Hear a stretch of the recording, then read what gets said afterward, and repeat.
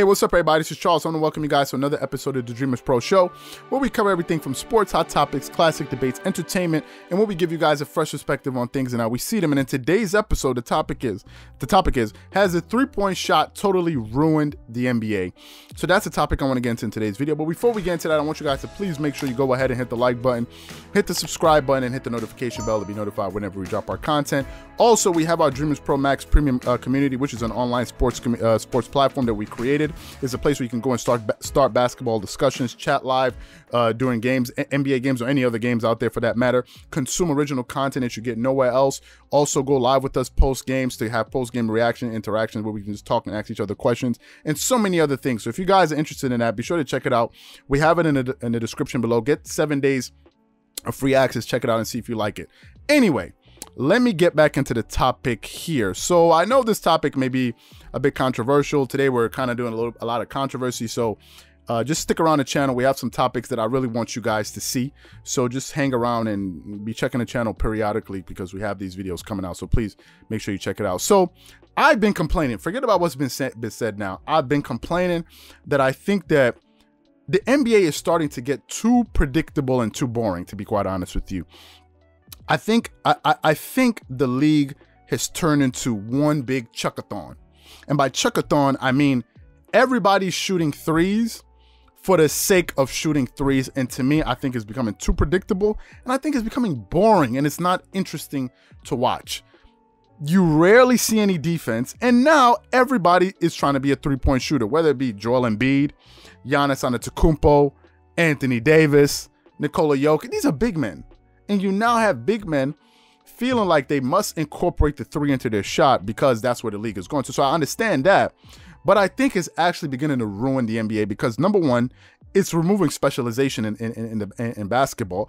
If everybody's doing the same thing, what's the difference? Now they're saying we're playing positionless basketball. And to me, I think it's starting to have a negative effect on the game. So that's the thing I want. That's an argument I want to get into. That's the argument I want to get into today. Now, I think most people have basically tried to outlaw the two-point shot, with the exception of a few players. Now, there are a few players that are still taking a mid-range shot and making it at a high level, like Kawhi Leonard, Kyrie Irving, Kevin Durant, DeMar DeRozan, CJ McCollum, and a few others, right? There's still these players out there that have the ability to go out there and hit the mid-range shot at a very, very high percentage. We did a video about 2 weeks ago on why I believe that Kawhi Leonard and Kevin Durant are the two best mid-range shooters in the NBA, and we had the percentages to back that up. We may link that video at the end of this video here, so you guys can check that out where we do a comprehensive breakdown as to why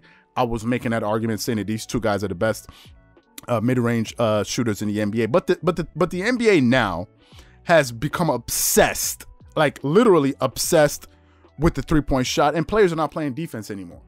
The game has become so stylistic that now everything is about who can shoot threes from half court, who can shoot threes from beyond half. Like we saw the All-Star game, right? You saw Stephen Curry, you saw Damian Lillard and these guys. And yes, in a context like that, yes, it's kind of fun to watch. Now, 2 years ago, I believe it was 2 years ago, when the Oklahoma City Thunder were playing against the Portland Trail Blazers, and Damian Lillard hit that close to half-court shot, let's say a 30-foot three-pointer in the face of Paul George.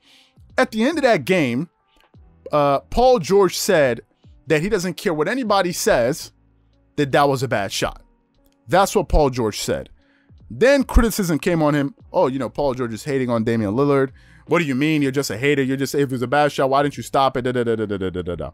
And Paul George recently in All-Star Weekend was forced in a way to take his comments back and say, no, it's a great shot. And I think what Paul George was saying is not that it's a bad shot per se, because it is a bad shot, but he's saying that it's a good shot for Damian Lillard, but you could have got a better shot. Guys, the further you are away from the basket, the lower the percentage is the shot. This is not, you don't need to be a rocket scientist to understand it. So Paul George is basically saying, for you to shoot a three all the way out there, that's a bad shot. If you guys think it's a good shot and you want to, well, no, it's 3 versus 2. Let me ask you guys this question. If you put Damian Lillard in that exact same spot, gave him 10 opportunities to make that shot, then you put him in the mid-range, or better yet, put him near the basket for a layup, how many of those shots do you think will go in closer to the basket versus how many do you think will go out there in the three-point line? Now, some people might say, well, 3 is more than 2. Yeah, 3 is more than 2 depending on where you're taking the 3. If a 2 is a 70, 80% shot, why are you taking a 3? You're gambling. You're shooting a lower percentage shot, number one. Number two, if Damian Lillard is taking a shot is one thing. But when you have everybody in the league thinking that they're Damian Lillard or Stephen Curry, then we have a problem. Now, some people, I don't know if it's analytic people or whatever you want to call them, have tried to make this elementary argument that 3s are more than 2s. Guys, even a first grader can understand that. So you're not saying anything profound when you say, oh, 3s are more than 2.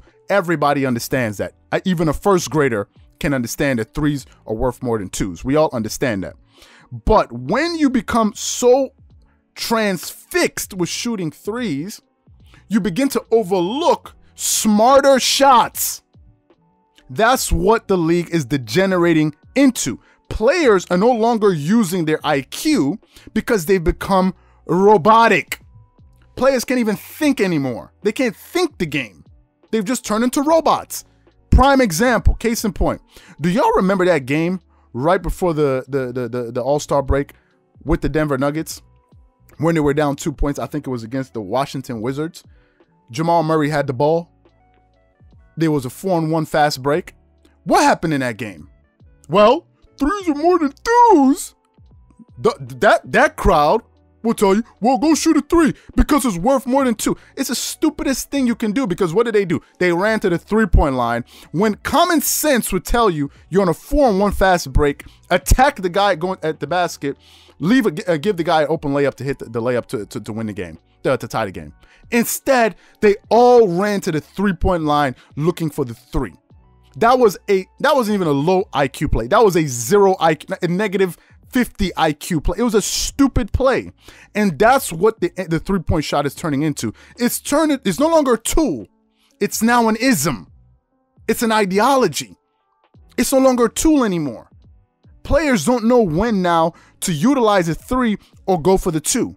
You see guys get into the paint, they dribble, they get, like, you'll be next to the basket. Then they'll dribble the ball all the way back. You're like, what?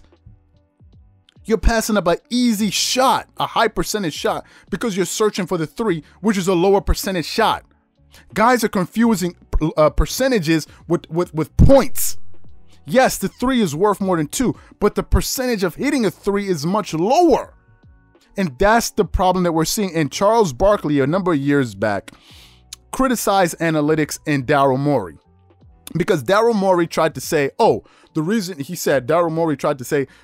he went and drafted James Harden and what's the guy, James Harden, Chris Paul, and some other guys was because of analytics. No, you just got great players, right? He said analytics did that. That's the reason why he did that.